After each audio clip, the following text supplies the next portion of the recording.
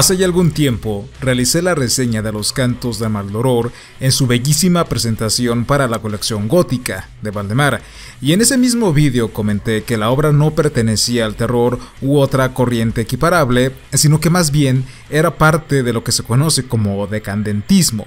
En palabras más simples, el decadentismo se trata de una corriente artística, lo que significa que no únicamente se centra en la literatura, cuyos orígenes se remontan hasta la Francia de finales del siglo XIX.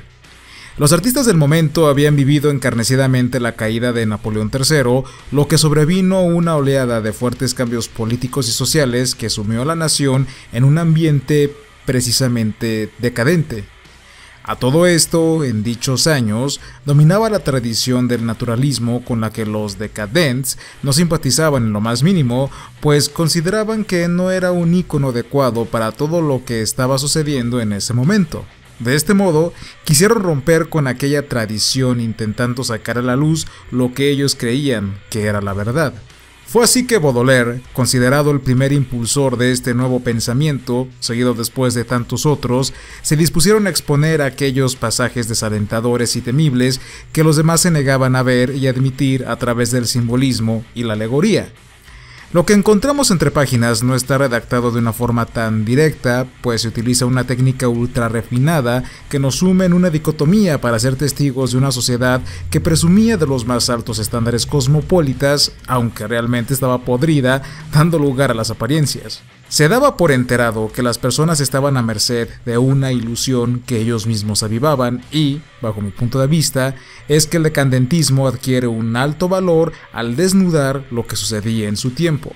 En palabras del prólogo del libro que hoy revisaremos, el decadente era un escritor caracterizado por una enorme sofisticación. También hay que destacar que se agrega un cierto elemento del subgénero fantástico gracias a que Baudelaire fue uno de los principales traductores y defensores de Poe en su tierra natal. Los decadentes van en contra de la moral y las costumbres, evaden la cotidianidad por medio del sentimiento sublime que yace en lo oculto, llevando sus temas, muchas de las veces, hacia el esoterismo y el satanismo. Para los que tienen tiempo siguiendo mi canal, quizás no les parezcan tan ajenos los nombres de Théophile Gautier o Isidore Ducas. Inclusive, Valdemar ha divulgado los trabajos de Villars Adam con Cuentos Crueles o a Carl Huysmans con Allá Lejos. Por otra parte, durante la última década de ese mismo siglo, en Inglaterra se estaba viviendo un movimiento más o menos parecido. Jacobo Siruela hace esta comparación en El lector decadente, el ejemplar del día de hoy, y atribuye el inicio de esta escuela en esa parte del mundo a William Beckford, creador de Batek y sus episodios, para más tarde incluir a Oscar Wilde, Max Beerbohm, Aubrey Beardsley y el mismísimo Aleister Crowley. Recuerdo haber leído una vez un comentario, cuando recién adquirí el tomo el año pasado, de que los autores británicos nada tienen que ver con el decadentismo original. En cierta medida tales afirmaciones pueden ser ciertas. Sin embargo, con base en mi opinión, sería como decir que varios autores tardíos del gótico no lo son simplemente por no haber vivido en el periodo original. Aunque claro, este es un argumento meramente subjetivo y puedo equivocarme. Creo que demostrar este homónimo es un verdadero acierto que nos permite darnos cuenta que, de una forma un tanto extraña, los mismos pensamientos inundaban la mente de otras personas a miles de kilómetros de distancia. Con respecto al volumen, he de mencionar que se trata del primer libro de Atalanta que pasa por mis manos y que no es un ensayo o una investigación como me ha sucedido con Las Máscaras de Dios, el primero de los 4, o con el de Pan y la Pesadilla, del que hablaré dentro de 2 semanas, y El Mito Polar, mi lectura actual pero que dejé de lado porque la Biblia me enganchó. Me sorprendió mucho la atención a los detalles que Atalanta le da a estos títulos, pues ciertamente no me es ajena en lo absoluto.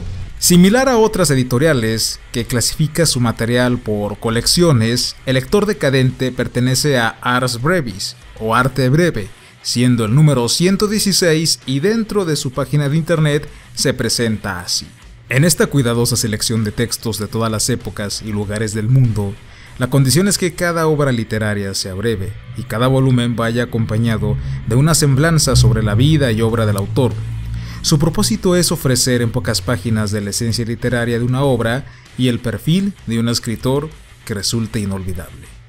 Muchos de los otros libros de Ars Brevis son La Transformación, de Kafka, La Casa de los Rusos, de Eichmann, Antología Universal del Relato Fantástico y la reedición de Vampiros, que originalmente formó parte de El Ojo Sin Párpado, de Siruela, y de la que ya hablaré en futuros vídeos.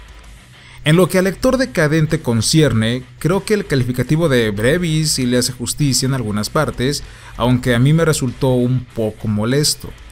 Lo que intento decir con lo anterior es que sí, se incluyen relatos y hasta obras completas, pero en algunos casos, como lo que le sucede a lo de Lautréamont o a Karl Huysmans, serán fragmentos y de los que en teoría retratan el decadentismo. Para mí habría sido bueno tener la obra completa de estos escritores, dado a que con los pedacitos yo me pierdo y necesito tener el contexto al completo. Espero que lo dicho anteriormente no moleste a nadie, simplemente soy un lector más, como ustedes, que se dio a la tarea de buscar el libro, hacer el proceso de compra para finalmente disfrutarlo. Y es por eso mismo que suelo atender otros detalles como lo son los materiales de fabricación. Hace ya algún tiempo un suscriptor de España me dijo que a veces esperaba mejores resultados de los proyectos de Don Jacobo, tomando en consideración el presupuesto que tiene a su disposición, haciendo énfasis en el diseño de sus portadas. Echando una mirada atrás cuando Jacobo tenía bajo su tutela Ediciones Siruela, he de desmentir este aspecto. El papel de lector decadente y de cualquier ejemplar de Atalanta es de los mejores que he tocado.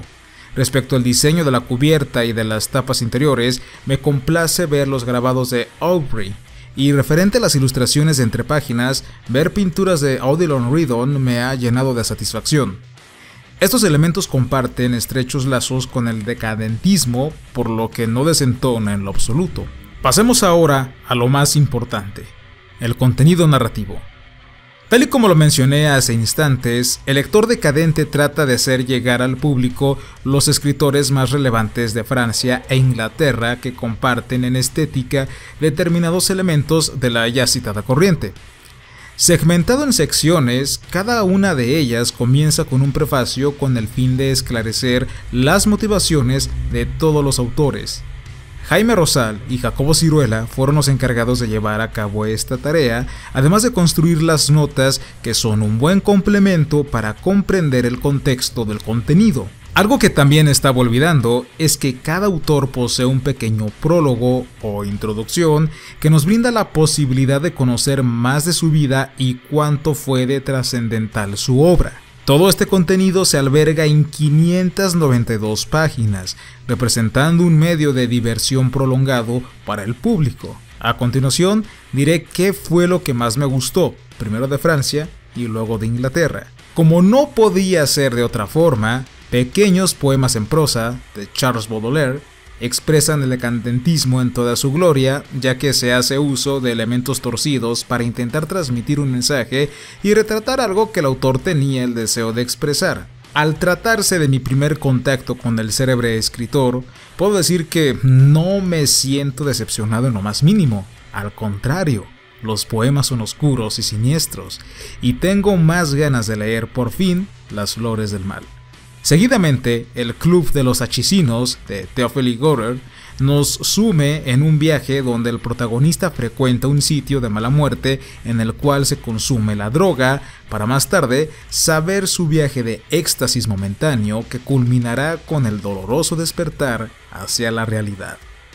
Aún así, mi favorito de todos los decadentes franceses no podía ser otro que La felicidad en el crimen, de Jules Barbey de Aurevilly. Se trata de una de las narraciones más extensas de todo el libro, y en ella conoceremos la historia de un miembro de la nobleza que queda perdidamente enamorado de una bella mujer hasta rozar con la locura. Con tal de satisfacer su carnalidad, el aristócrata se atreve a cometer una conspiración cuestionable que ni por un momento pasaría por la mente de alguno de sus conocidos. Es una excelente historia que recomiendo en demasía. La religión del señor Pleur, de Leon Bloy, es otro gran ejemplo del decadentismo, pues nos permite conocer a un hombre que, bajo un perfil de suciedad y vulgaridad, alberga unas intenciones poco esperadas por nosotros y hasta justificadas dependiendo del criterio de cada uno. El tono abyecto con el que está narrada la convierte en una auténtica joya. Las cartas de William Beckford, un verdadero personaje para su tiempo, están cargadas de descripciones de sus más allegados camaradas que, tras visitar su hogar inspirado por el gótico de antaño, dan rienda suelta para comentar todas sus extravagancias, no sin antes dejar de mencionar, de cuando en cuando, su magnum opus, Vathek y sus episodios. En defensa de la cosmética de Max Beerbohm, tampoco es una narrativa o un poema como sucede con las cartas de Beckford. Se trata de una crítica hacia ciertos hechos de la vida londinense. Dicha crítica se vuelve una verdadera delicia porque está cargada con una gran ironía que, más que generar desagrado, resulta todo lo contrario, y de hecho, es imposible no estar de acuerdo en ciertas partes. El teatro de Oscar Wilde siempre me ha parecido sublime. Desde que leí hace ya varios años la importancia de llamarse Ernesto, he intentado conseguir el faltante. Por ende, me llenó de alegría toparme con Salomé. Cuando miré la adaptación que Clive Barker había dirigido, siempre tuve la espinita de saber cómo sería el texto original y vaya que no me decepcioné. Eso sí, para los que conozcan la fuente bíblica, se percatarán del cambio de nombres de algunos personajes, mas el contexto está ahí, casi íntegro. Las ilustraciones que lo acompañan son de lo mejor y recomiendo leer Salomé mientras toman un buen café mezclado con amaretto. Absenta, la diosa verde de Aleister Crowley, da cierre al lector decadente, en donde el brujo nos hablará de su experiencia con esta sustancia y cómo es capaz de elevar a quien la consume hacia otros niveles de conciencia y existencia. Pese a todas las atrocidades que se dicen sobre la gran bestia, en Absenta queda más que claro que Crowley era una persona culta y que quizás esa misma sabiduría se entrelazaba en ocasiones con su locura. En definitiva, El lector decadente es un libro que, como todos los de su clase, permite adentrarse en un tema en específico y conocer, de este modo, a nuevos autores. Varios de los aquí reunidos fueron un verdadero descubrimiento y disfruté en demasía cada una de sus líneas. A pesar de mi queja respecto a que ciertos trabajos no son más que fragmentos, creo que eso mismo es un buen incentivo para buscar por cuenta propia el resto.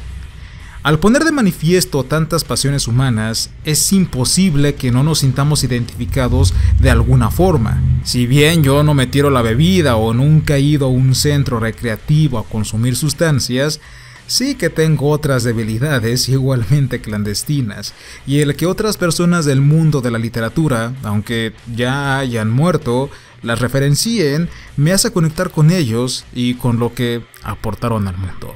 Amigos, eso ha sido todo por el momento. Ha sido un placer el haber estado aquí con ustedes. Recuerden que de ahora en adelante estamos aceptando donaciones para el canal a través de nuestro link de PayPal o enlace de PayPal. Quien gusta hacer una donación aparecerá en los créditos como patrocinador en el siguiente vídeo, porque la realidad va a ser así. Los vídeos van a ser gracias a ustedes. Siempre ha sido así.